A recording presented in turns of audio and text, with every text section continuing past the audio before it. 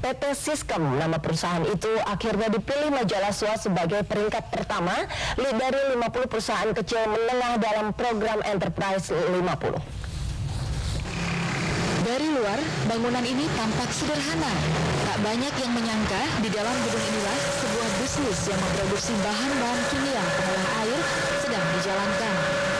Bangunan ini milik PT Siskem Aneka Indonesia, sebuah perusahaan yang bergerak di bidang manajemen air dan energi. Padahal Siskem memulai usahanya pada tahun 1998 saat krisis ekonomi sedang mencekik Indonesia. Namun sebuah peluang bisnis berhasil ditangkap perusahaan ini. Soalnya hanya perusahaan asinglah yang sudah menekuni bisnis ini. Agak unik memang di sini. Di sini pertama adalah kekuatannya adalah di teknikal, ya. Tapi di sisi lain adalah juga harus dekat dengan customer. Nah, karena kita adalah orang Indonesia dan tahu tipikal bisnis Indonesia, sehingga harusnya kita bisa menjadi tuan rumah sendiri. Ya. Nah, karena kemampuan kita selama ini, kemudian juga kita juga bina, kita improve, perbaiki teknikal kita, makanya kita bisa berkompetisi dengan perusahaan asing. Ditambah lagi dengan cost kita juga relatif lebih kompetitif dibandingkan dengan mereka. Pilihan bergerak di bidang usaha ini ternyata tak keliru. Buktinya dari tahun ke tahun keuntungan Siskem terus meningkat.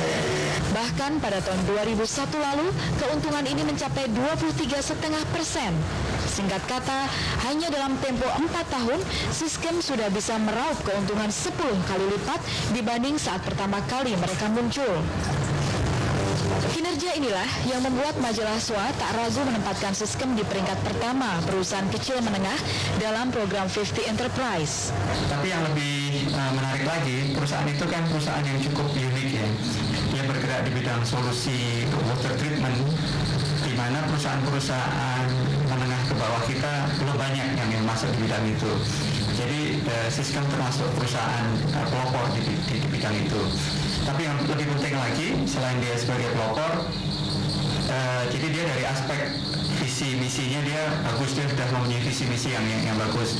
Terus yang lebih penting lagi, dia bisa menjabarkan visi misinya itu ke seluruh karyawan dia, sehingga seluruh karyawan dia bisa memahami apa visi misi perusahaan itu, sehingga semua karyawan bisa bersama-sama mewujudkannya. Terus perusahaan itu juga menerapkan teknologi informasi dalam hal di perusahaannya, sehingga dia bisa memanfaatkan TI dengan baik. Saya kira itu.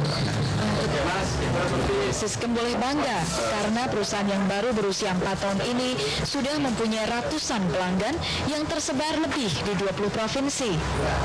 Siskem tidak hanya menghasilkan produk, tapi juga memberikan pelayanan kepada pelanggannya, seperti pemecahan masalah dan dukungan teknis. Siskem juga menerapkan manajemen yang unik. Boleh dibilang restrukturisasi perusahaan dilakukan tiap tahun. Rupanya kiat ini bertujuan untuk menyesuaikan dengan kondisi perusahaan dan pasar.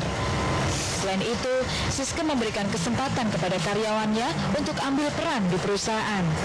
Perusahaan kami ini, di Siskem ini, semua karyawan memiliki saham di sini dalam bentuk korporasi. Kalau dilihat nilai value yang mungkin itu akan mengurangi nilai saham dari founder ya. Tapi kalau kita lihat dari sisi lain, justru ini yang mungkin sangat signifikan pengaruhnya adalah dimotivasi karyawan. Kalau seandainya dia terlibat di dalam saham perusahaan ini, maka sense of ownership-nya, sense of belonging-nya lebih tinggi. Dengan kondisi yang mumpuni, tak salah bila Siskem berniat melebarkan kepak usahanya dan mencoba merambah pasar internasional. Akhirnya, satu lagi bukti krisis ekonomi tetap menyibakkan sebuah peluang usaha.